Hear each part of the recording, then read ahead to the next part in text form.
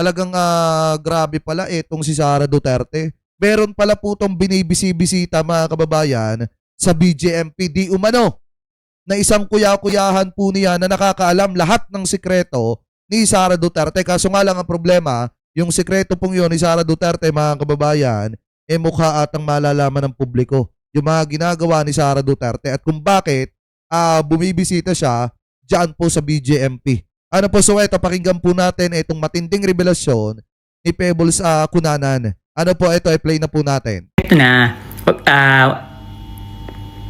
wag muna tayo sa operator. Kasi may pinost ako na kagabi bago ako matulog na, di ba si Sara, napupunta sa BJMP, binukin ko yan. Nagpunta siya ng BJMP isang beses, alas 11 ng gabi. Tapos may isa pang beses pala siyang nagpunta bago yung alas 11 ng gabi. Ang BJMP po ay yung BJMP Camp Bagong Diwa. Kulungan po siya. At ang mga nakakulong doon yung mga high profile criminals. Nandun din po si Tebes. Nandun din si Ka Angel ng Iglesia ni Cristo. At Sara, alam ko kung bakit na dumadalaw doon. Nandun din yung kakilala mo. Yung kuya-kuyahan mo na dati ng tao ng tatay mo, ibinigay sa'yo, inalagaan ka, naging BPSG mo, alam lahat ang tungkol sa buhay mo. Naku po! Since mayor ka pa. Tapos, yung taong yun, kaibigan ko. Kaya nung linabas ko na dumadalaw din ako sa BJMP, pinakita ko, di ba, yung ID ko, tapos yung tatak ko, isang tao lang. Ay, wait lang, sabi nito, sabi ni, may nagpa-shoutout mga kababayan ng pangalan, Argo, Pinalayas ni BNK. Di biyahe ni Koy. Ang dinadalaw natin. So, anong dahilan na sa loob ng 3 taon, hindi mo dinalaw si RM, tapos ngayon dumadalaw ka?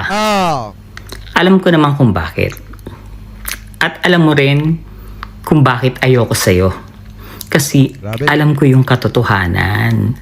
Alam ko yung confidential fund. Alam ko yung pagiging attitude mo, pagiging maldita mo, at pagiging sinungaling mo. Alam ko lahat. So siguro mga kababayan kaya niya binibisi-bisita, ito pong si RM. May tago na lang natin sa pangalang RM yung kanyang kuya-kuyahan. Dahil nga natatakot si Sara Duterte na baka magsalita po ito. Or di kaya naman maisiwalat lahat ng nalalaman itong tao na ito patungkol po kay Sara Duterte. Parang katulad ito mga kababayan ni kung matatandaan nyo, dito po kay Zuleika Lopez. Diba nung si Zuleika Lopez mga kababayan na-contempt, galit na galit si Sara Duterte, dumating pa nga sa point na nagbanta siya sa buhay ng Presidente, First Lady at ng former House Speaker. So ngayon, ang isa pa dyan mga kababayan, diba hindi niya iniwanan si Zuleika Lopez at talagang bantay sarado po niya. Kasi nga baka mamaya mapitpit, mapiga doon po sa isyo ng maanumalyang ginawa po nila sa pera ng mamamayang Pilipino doon sa confidential funds na naubos ng 11 days mga kababayan. So parang ganito rin yung ginagawa ni Sara na binabantayan din po niya, bantay sarado din po niya yung kanyang kuya-kuyahan kasi natatakot siya na baka anytime magsalita ito at ilabas lahat ng mga pinaggagawa niya. Lalo na nung siya po ay mayor. Lahat, kaya ayoko sa'yo. Hindi lang kasi alam ng mga tao yung totoong eksena mo. Pero yung kuya-kuyahan mo, na kaibigan ko, kinuwento niya sa akin lahat. Naku po. Alam ko ang mga katarantaduhang ginagawa niyo. Kaya consistent ako na ayoko sa inyo. Pinagsisisihan ko na sinuportahan ko ang si Duterte. Pero ikaw hindi kita sinuportahan. Kilala na kita. Diyos ko. Excuse me po. Dumadalaw ka sa BJMP dahil chinecheck mo na baka may gumamit dun sa kuya-kuyahan mo. Diba? Na baka mamaya wala na dun, di ba? Dahil Yun yung nakakaalam ng lahat ng totoo. Kung ano ang confidential fund, intelligence fund, ang Mary Grace Piaros, ang pagnanakaw nyo, ang pagpapapatay nyo, lahat-lahat. At doon siya nakakulong pero hindi siya pwedeng patayin doon. Grabe, no? Pag nasa BJMP ka, hindi ka pwedeng patayin. At pag pinatay si RM, ikaw ang mananagot. Ah, Pumunta ka doon, ito po ang eksena niya ha, pumunta siya doon, kinausap niya yung warden. Ang sabi niya is, magpapaproject siya. Dahil daw mga PDL nga, nakakulong nga naman, inaantok na ako. Nakakulong na nga naman, ibigay daw yung mga pangalan ng mga anak. At siya raw ang tutulong sa pagpapaaral. Sinabi niya yun, hindi sa harap ng lahat Sinabi niya yun sa warden. So etong warden, pinatawag isa-isa yung mga nakakulong dun sa Annex 2. so parang ganito mga kababayan, ginamit ni Sara Duterte yung salitang magpapaproject siya, magpapaaral siya ng mga bata para kuhanin yung mga pangalan ng mga pamilya ng mga nakakulong na PDL. So ngayon, ang pinaka-target kasi ni Sara Duterte dyan, hindi talaga pag-aralin yung mga bata or hindi talaga kuhanin yung mga pangalan ng mga kapamilya ng mga PDL na nakapiit dyan. Kung hindi talaga makuha yung detalye ng patungkol sa pamilya noong kanyang kuya-kuyahan. Yan yung nakikita ko dyan. Mga kababayan yung siguro yung plano ni Sara. Gamitin yung pamilya ng kanyang kuya-kuyahan para hindi ito makapagsalita at hindi masabi lahat ng mga ginawa ni Sara Duterte, mga kababayan, na kagaguhan nung siya po ay mayor pa lamang hanggang sa naging pangalawang pangulo ng Republika ng Pilipinas. Grabe to Grabe itong planong ito ni Sara Duterte kung totoo man po. Ito pong sinasabi ni Pebbles Cunanan. Anyway, tuloy pa natin. Kung saan nakakulong yung kuya-kuyahan niyang yon na tumulong sa kanya ng eleksyon, na kaibigan ko. Kinuha niya yung mga pangalan ng mga anak. Tapos pangalan ng asawa saan nakatira. Malakas ang pang-amoy nung kaibigan ko na kay Sara yun. Hindi siya nagbigay ng pangalan.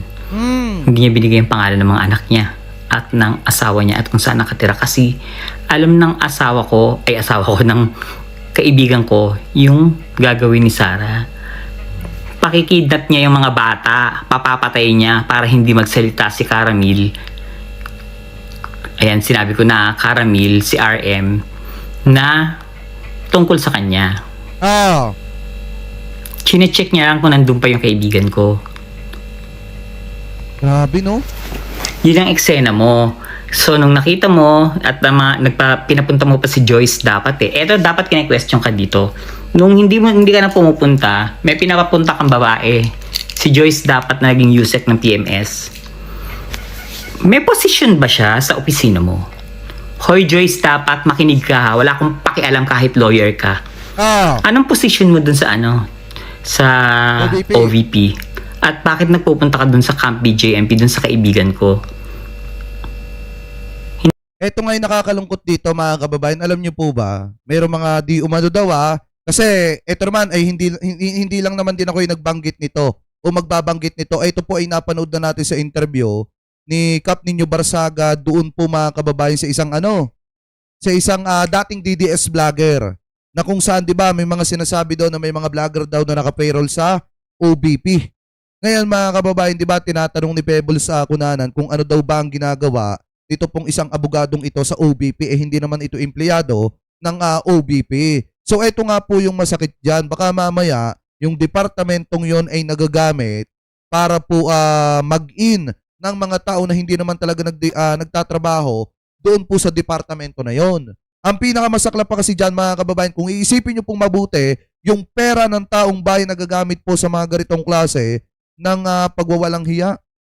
Ano po, mga kababayan, nagagamit ang pera, ang resources na para dapat sa taong bayan. Diba? So ngayon, ituloy pa natin. Hindi ka niya lawyer para pumunta ka doon at wala kang pinaglolawyeran doon. Joyce, dapat.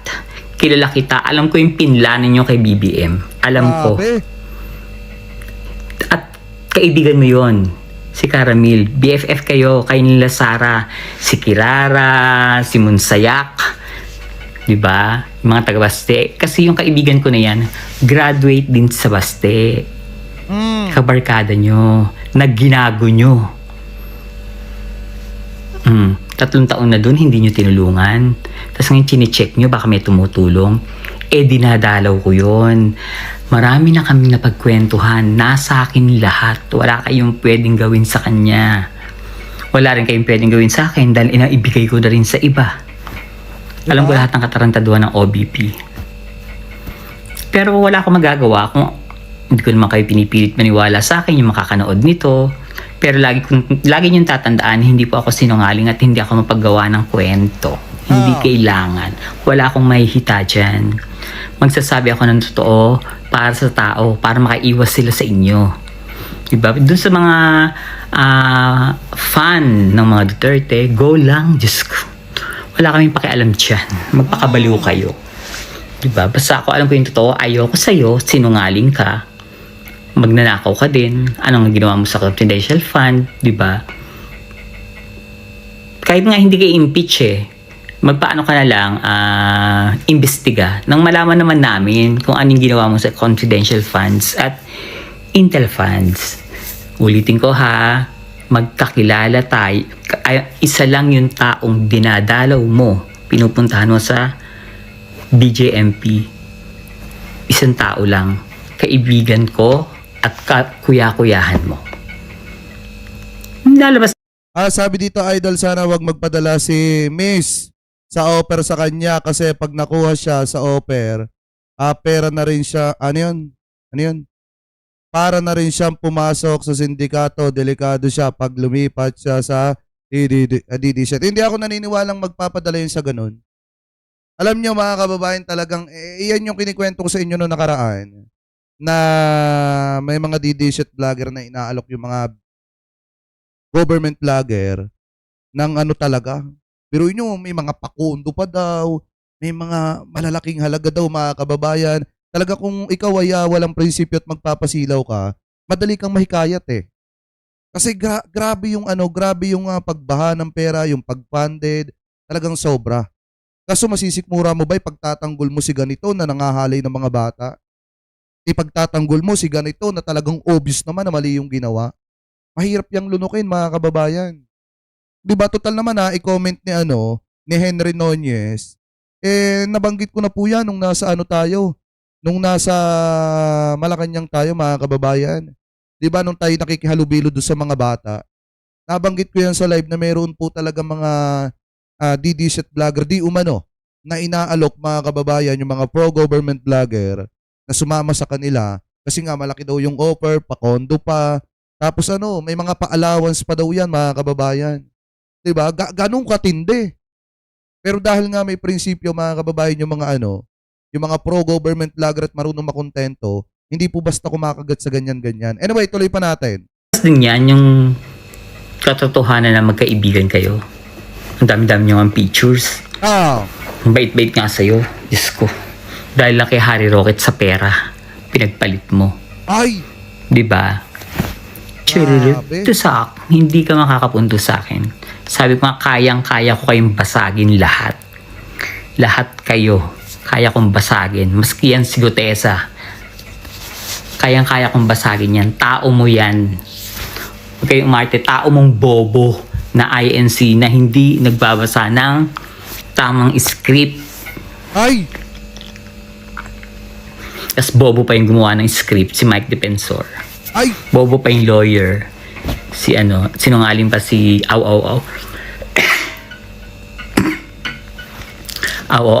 Marcoleta. O siya, Sara, baka sa susunod magkita tayo sa BJMP, ha? Pumasok ka. Huwag kang pasilip-silip lang.